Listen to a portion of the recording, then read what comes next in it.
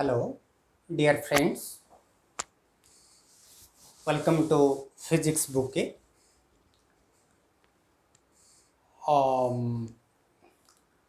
Today we have a new topic on oscillation, that is forced vibration.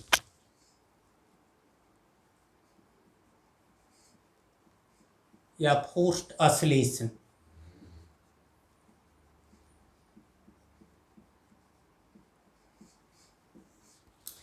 पहले हम simple harmonic motion जब पढ़े without any resistive medium हमने discuss किए, x = a sin omega t + phi उसका equation है। फिर बाद में हम डैम्प्ड हार्मोनिक मोशन पढ़े, डैम्प्ड ऑसिलेशन या डैम्प्ड वाइब्रेशन, जो कि vibration in A resistive medium. यहाँ क्या करेंगे, हम रेजिस्टिव मीडियम भी लेंगे और एक चीज़ एक्स्ट्रा लेंगे, वो है एक अप्लाइड फोर्स, एक फोर्स एक्सटर्नली अप्लाई करेंगे। कैसा फोर्स? एक पीरियडिक फोर्स अप्लाई करेंगे। तो यहाँ जो ऑसिलेशन होगा वो जो एक्सटर्नल फोर्स, वो जो अप्लाइड फोर्स के वजह से होगा। तो कोई भी बॉडी में एक रेजिस्टिव मीडियम में वो वाइब्रेट कर रहा है तो क्या होता है,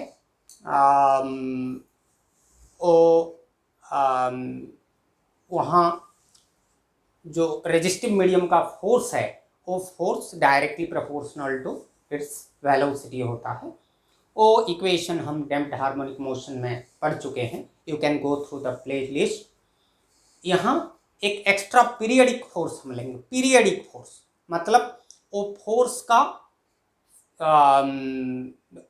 एक रेगुलर इंटरवल के बाद उसका मैग्नीट्यूड, उसका डायरेक्शन चेंज होता रहेगा। तो ऐसा एक फोर्स हम उसके ऊपर, वो बॉडी जो बॉडी वाइब्रेट कर रहा है उसके ऊपर इम्प्रेस करेंगे। तो ऐसा कोई वाइब्रेशन हुआ तो वो फोर्स्ड ऑसिलेशन या फोर्स्ड वाइब्रेशन है। वो जो फोर्स्ड वाइब्रेशन का इक्वेशन, जब और एक चीज़ मैं बोलने के लिए भूल गया, वो है जब पहले फोर्स्ड वाइब्रेशन शुरू होता है, क्या होता है, वो बॉडी का, कोई भी बॉडी का टेंडेंसी होता है कि वो खुद का फ्रीक्वेंसी में वाइब्रेट करे।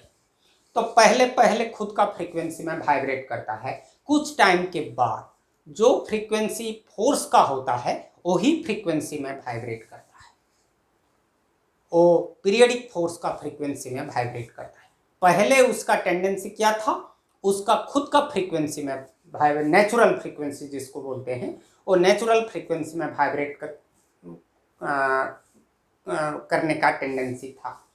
बाद में इम्प्रेस्ड फोर्स का फ्रीक्वेंसी, उसका जो इक्वेशन ऑफ मोशन है, वो इक्वेशन ऑफ मोशन कैसा होगा, हम फोर्स्ड वाइब्रेशन के लिए m d2x/dt² is equal to -r dx/dt minus sx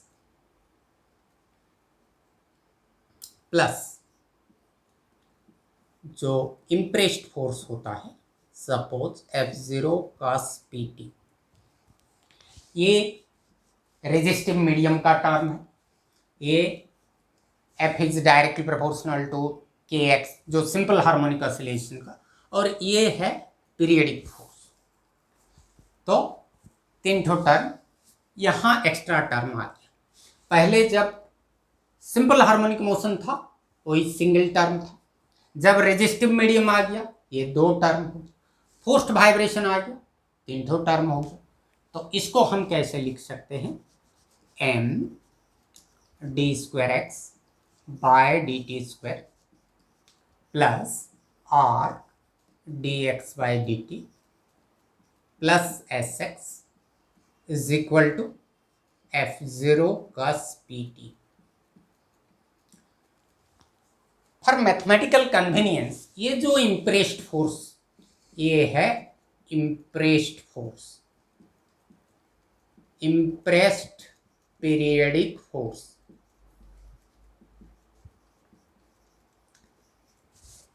इसको मैथमेटिकल कन्वीनियंस के लिए हम क्या करते हैं, एक्सपोनेंशियल फॉर्म में लिखते हैं।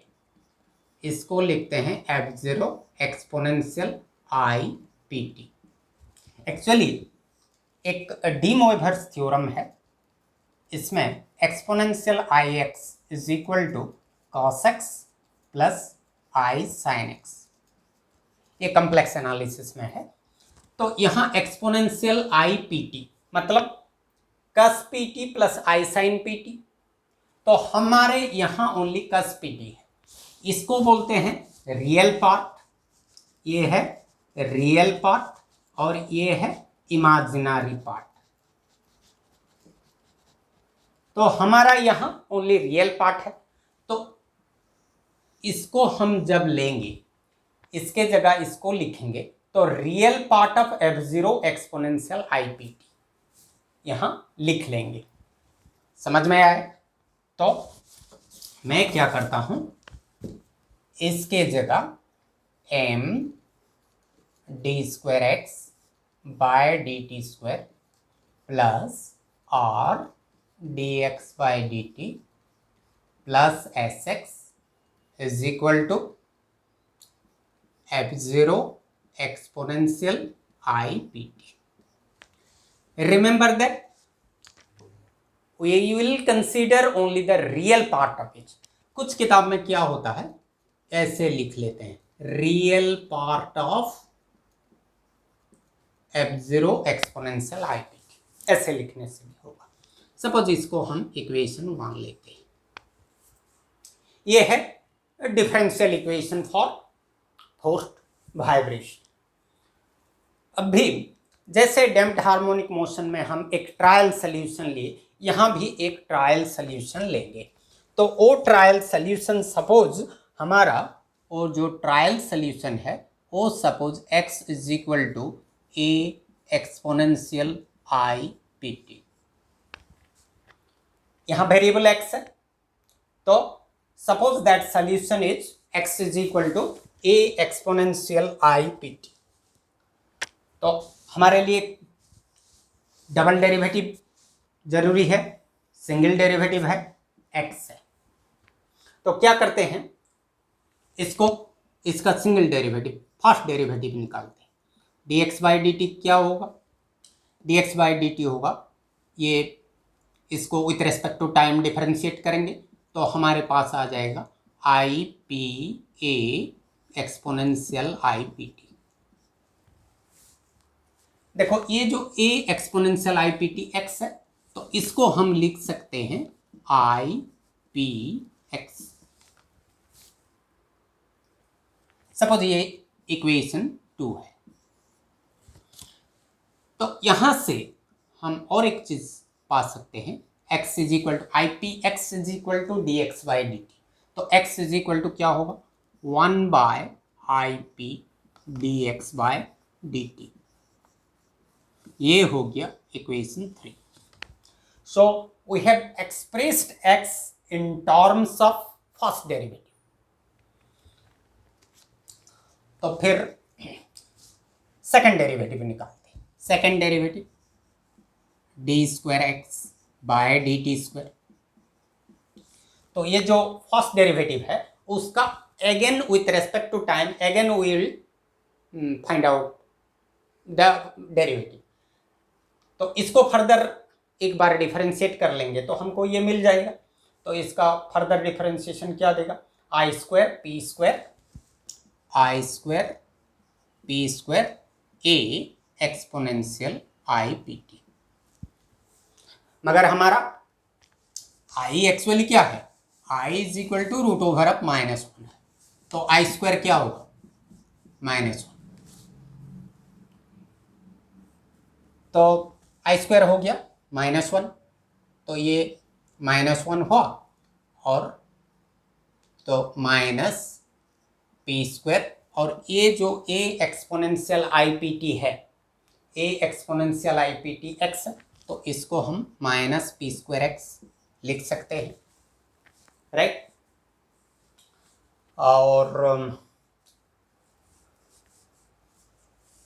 इसको और एक वे में भी हम लिख सकते हैं, इसको लिख सकते हैं i p into i p a exponential i p t, ऐसा लिख सकते हैं, i p into i p, i square p square, और this is equal to, you see i p a exponential i p t क्या है, d x by d t है, तो हम i p d x by d t लिख सकते हैं।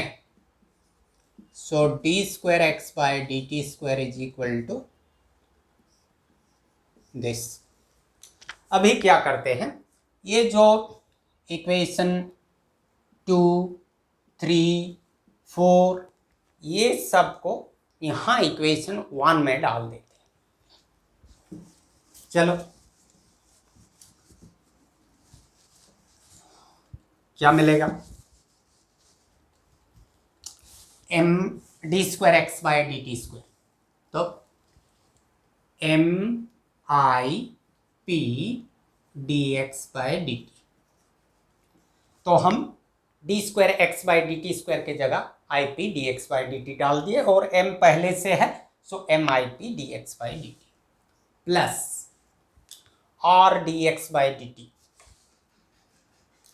Are d x by d t plus इसको, ये जो x है इसको भी हम फर्स्ट डेरिवेटिव के टर्म में लिखेंगे, x के जगह 1 by i p d x by d t डाल देंगे, तो प्लस एस बाय ये जो i p, s by i p d x by d t is equal to force का टर्म है f zero exponential i p t. अभी क्या करते हैं, dx by d t common ले जाते हैं और dx by d t common ले गए, तो क्या रहा अंदर, i M P plus r plus s by i p is equal to f zero exponential i p t, right. So हम धीरे धीरे आगे बढ़ रहे हैं और d x by d t, ये देखो यहाँ इमेजिनरी टर्म है, ये इमेजिनरी टर्म है, तो ये इमेजिनरी दोनों को एक ब्रैकेट में रख लेते हैं और रियल पार्ट को एक जगह रखते हैं। So r plus i p m plus s by i p, ये दोनों को एक ब्रैकेट में रख लेते हैं, फिर f zero exponential i p t, और थोड़ा सा इसको रीअरेंज करते हैं, d x by d t into r plus, यहाँ क्या करते हैं, आई पी एम, यहाँ ऊपर एक आई मल्टीप्लाई कर लेते हैं, नीचे एक आई मल्टीप्लाई कर लेते हैं, फिर f zero exponential i p T, F zero exponential i p t, ये दोनों टर्म में हम आई बाहर ले आते और d x by d t into r plus i बाहर निकाल लिए, p m minus s by i p is equal to f zero exponential i p t. ये जो आई स्क्वायर है, ये आई स्क्वायर -1 है, इसलिए माइनस साइन आ गया यहाँ। तो ऐसे धीरे धीरे हमें आगे बढ़ना है।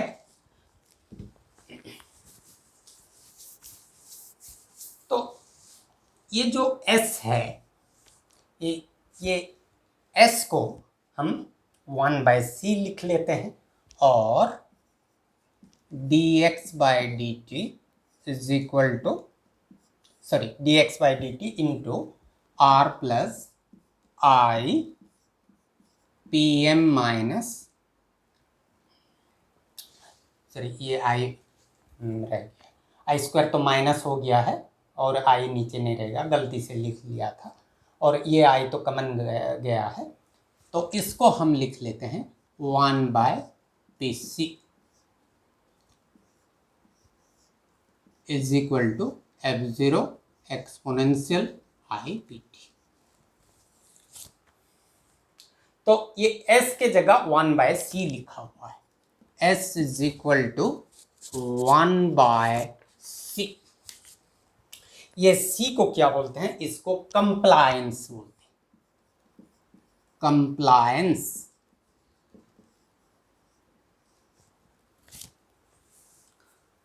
और S है क्या, S है damping coefficient, S damping coefficient, ये है compliance. So compliance is reciprocal of damping coefficient or damping coefficient is reciprocal of compliance। तो ये इक्वेशन को हम फिर से लिख सकते हैं कैसे, dx by d t r plus i, dx by d t is equal to हम लिख सकते हैं F0 exponential i p t divided by r plus i into p m minus 1 by p c. So हमारा ये हो गया equation number कितना, 4।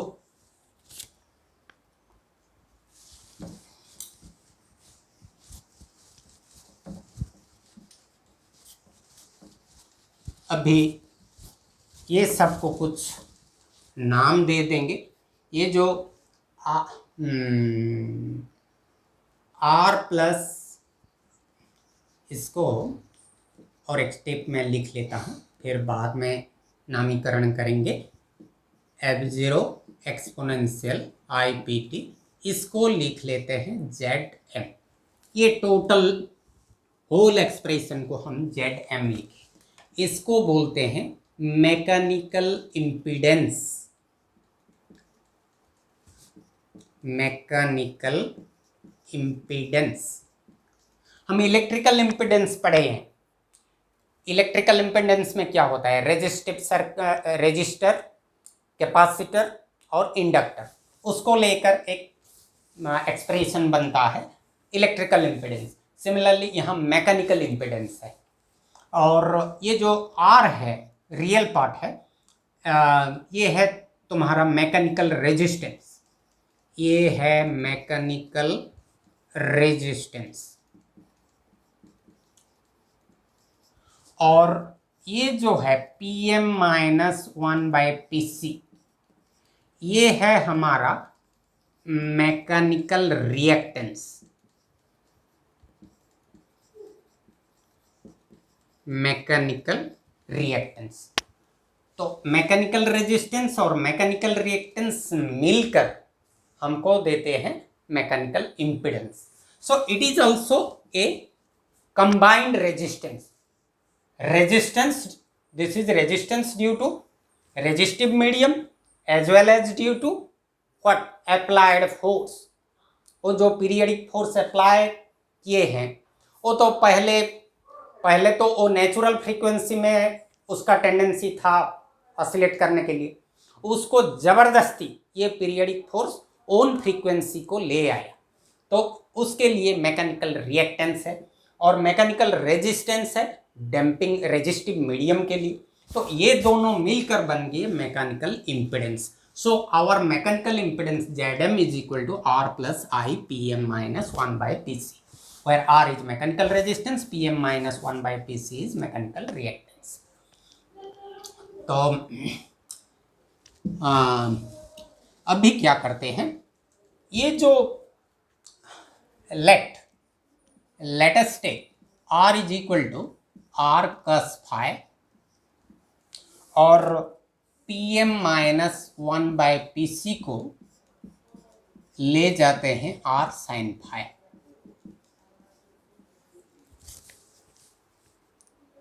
तो जेड एम क्या हो जाएगा, तो मैकेनिकल इम्पिडेंस, तो जेड एम हमारा हो जाएगा r plus i p m minus 1/PC, ये जेड एम है। तो ये हो जाएगा r cos phi plus i r sine phi. Again de Moivre's theorem डालो, डी मोइवर्स आर को कॉमन ले जाओ, कस phi plus i sine phi. तो हमारा ये क्या हो गया, एक्सपोनेंशियल आई फाई। मैं पहले से बोल चुका हूं exponential i x is equal to cos x plus i sine x. तो cos x plus i sine x के जगह एक्सपोनेंशियल आई एक्स हम लिख सकते हैं। So cos phi plus i sine phi के जगह एक्सपोनेंशियल आई फाई है। तो जेड एम के जगह हम लिख सकते हैं आर एक्सपोनेंशियल आई फाई। तो हमारा d x by d t क्या बन जाएगा, तो d x by d t हो जाएगा F0 exponential i p t by r exponential i phi. हो गया राइट। तो और हमारा d x by d t is equal to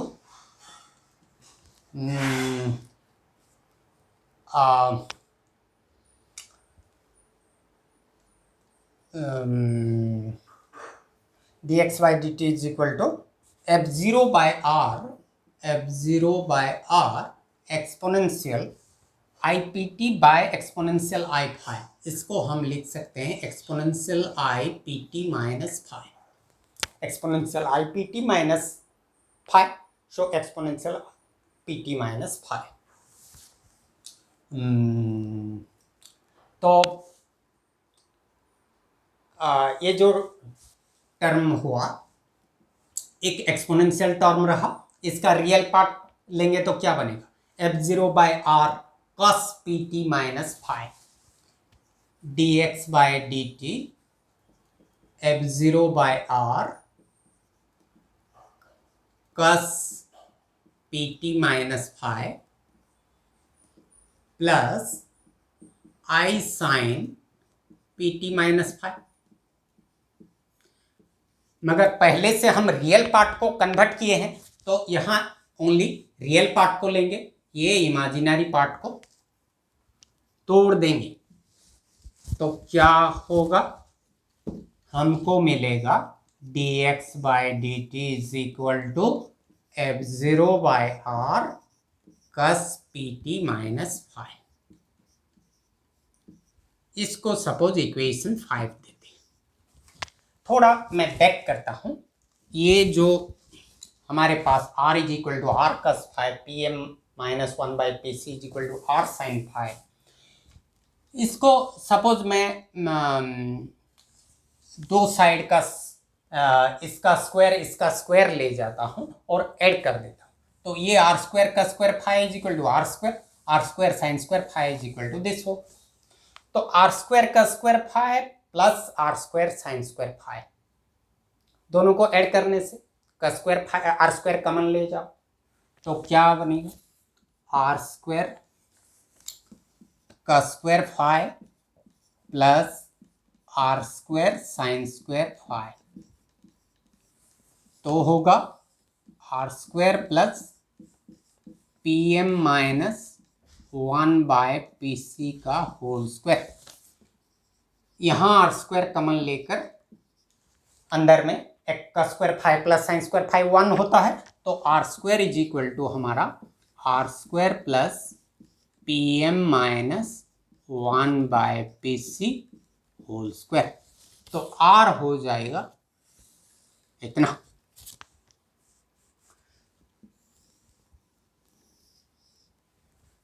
और इसमें से और एक चीज निकाल सकते हैं, इसको इसके साथ डिवाइड कर दो, r sine phi divided by r cos phi, कितना होगा, आर आर कैंसिल हो जाएगा तो हमको क्या मिलेगा, tan फाई। tan फाई कितना होगा, PM minus 1 by PC by R, PM minus 1 by PC divided by R, ये हो गया tan phi। अभी इक्वेशन 5 को आते हैं। इक्वेशन 5 को हम लिखते हैं dx is equal to f0 by r cos pt minus phi dt। अभी दोनों तरफ इंटीग्रेट कर लो। हमको क्या निकालना है? सॉल्यूशन है x, तो x निकालना है, तो इसको इंटीग्रेट कर देंगे तो dx का इंटीग्रेशन x हो जाएगा, हमको सॉल्यूशन मिल जाएगा। तो integration of dx is equal to f0 by r integration cos pt minus phi dt। तो इसका इंटीग्रेशन बन जाएगा, dx का इंटीग्रेशन है x f0 by r cos pt minus phi, इसका इंटीग्रेशन, ये तो इसके साथ मल्टीप्लाई हुआ है with respect to t we are integrating, therefore p will come out, मतलब ये हो जाएगा 1 by p sine pt minus phi, मतलब ये हो जाएगा f0 by r into 1 by p, इसका 1 बाय p, सो ये p को यहाँ लिख लेते हैं, तो f0 by r p into sine pt minus phi.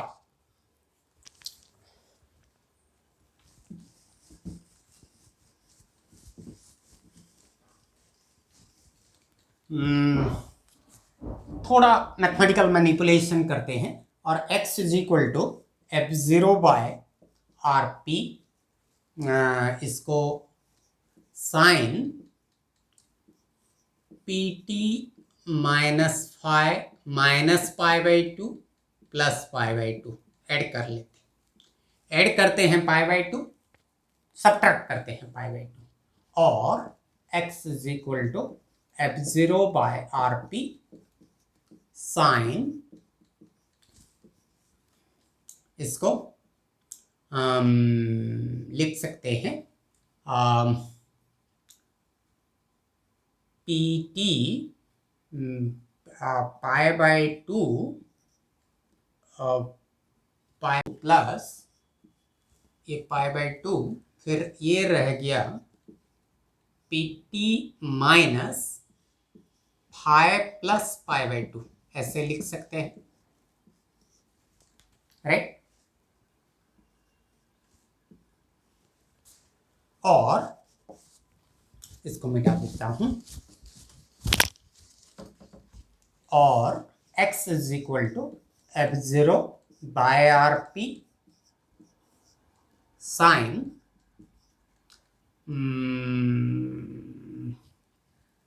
Sign pi by two plus theta is sine 90 plus theta cos theta, so cos cos p t minus phi plus pi by to.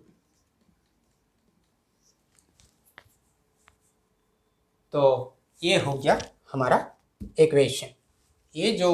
ये है phase part और ये है amplitude part.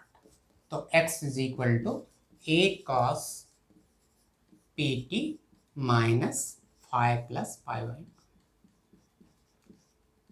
तो phase difference आ रहा है phi plus pi by two, और ये एम्पलीट्यूड है, तो एम्पलीट्यूड कितना है f0 by r p. So this is the equation for, और this is the solution for forced vibration. ये वीडियो में इतना ही, आगे डिस्कस करेंगे और पावर फैक्टर, फिर रिजोनेंस, ये सब डिस्कस करेंगे। ये वीडियो में इतना ही, बाय।